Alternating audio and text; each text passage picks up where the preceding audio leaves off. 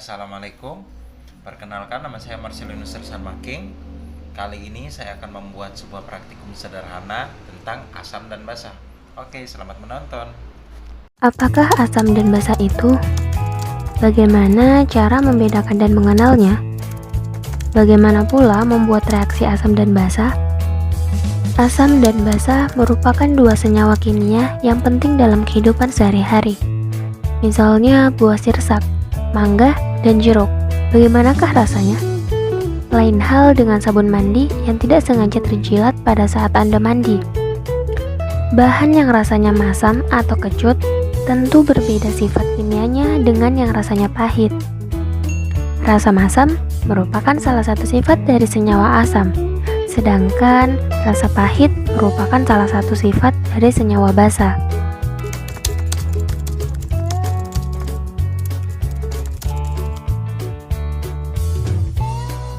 Teori asam basa menurut Arrhenius, asam adalah senyawa yang jika dilarutkan dalam air akan terionisasi menghasilkan ion H+. Sedangkan basa adalah senyawa yang jika dilarutkan dalam air akan menghasilkan ion OH-. Sedangkan teori asam basa menurut Bronsted-Lowry, asam merupakan zat yang dalam reaksi bertindak sebagai donor proton atau memberi ion H+.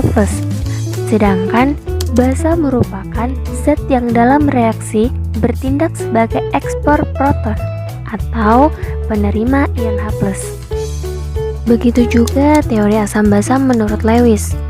Menurut Lewis, teori asam basa itu berdasarkan dari serah terima pasangan elektronnya.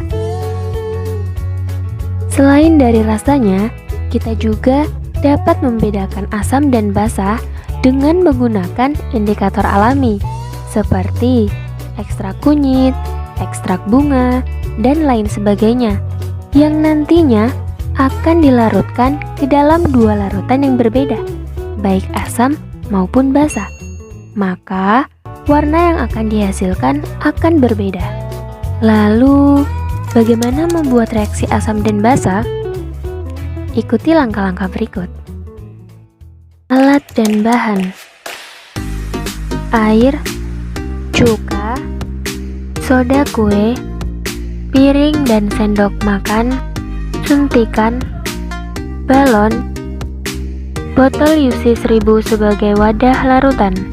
Langkah-langkah dari percobaan: masukkan air sebanyak 50 ml ke dalam masing-masing wadah larutan yang berbeda perbandingannya, yaitu pada wadah pertama dengan perbandingan 1:1, wadah kedua dengan perbandingan 1:1, wadah ketiga dengan perbandingan 1/2:1, wadah keempat dengan perbandingan 1/2:1, dan wadah kelima dengan perbandingan 1/2:1/4.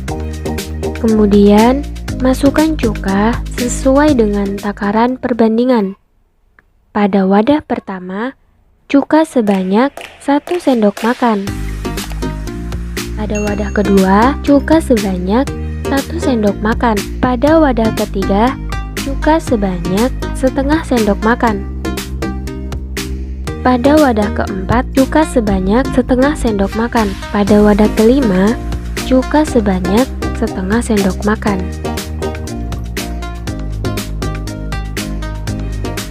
Kemudian, masukkan soda kue sesuai dengan takaran perbandingan ke dalam masing-masing balon. Pada balon pertama, soda kue sebanyak 1 sendok makan.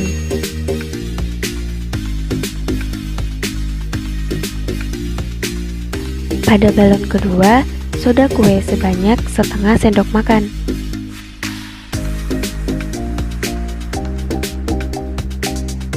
Pada balon ketiga, soda kue sebanyak 1 sendok makan. Pada balon keempat, soda kue sebanyak 1/2 sendok makan. Pada balon kelima, soda kue sebanyak 1/4 sendok makan.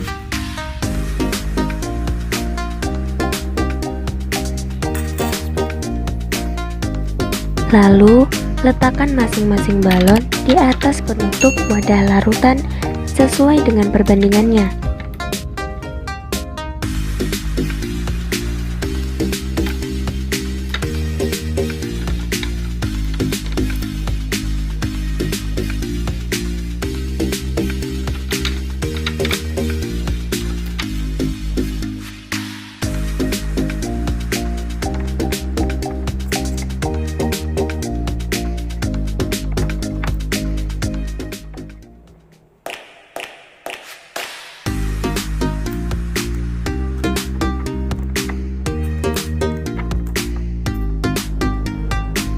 Setelah itu, campurkan soda kue terhadap air dengan cuka yang telah tercampur pada masing-masing wadah larutan. Lihatlah reaksi pada balon tersebut.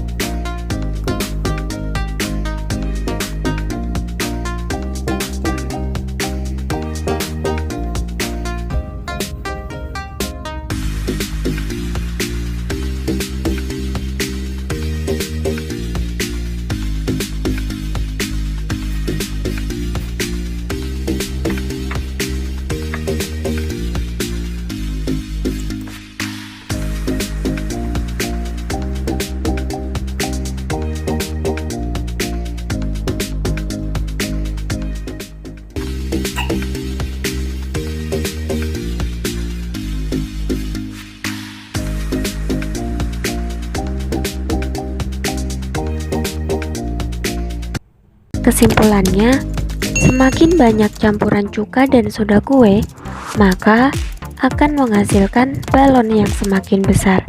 Begitu juga sebaliknya, semakin sedikit campuran antara cuka dan soda kue, maka balon yang dihasilkan pun tidak begitu besar. Jadi, percobaan ini menunjukkan reaksi asam basa, yaitu asam cuka CH3COOH dengan soda kue NaHCO3 yang akan menghasilkan gas CO2. Ini adalah hasil reaksinya. Setelah kedua larutan ini dicampurkan, pH-nya akan menjadi netral.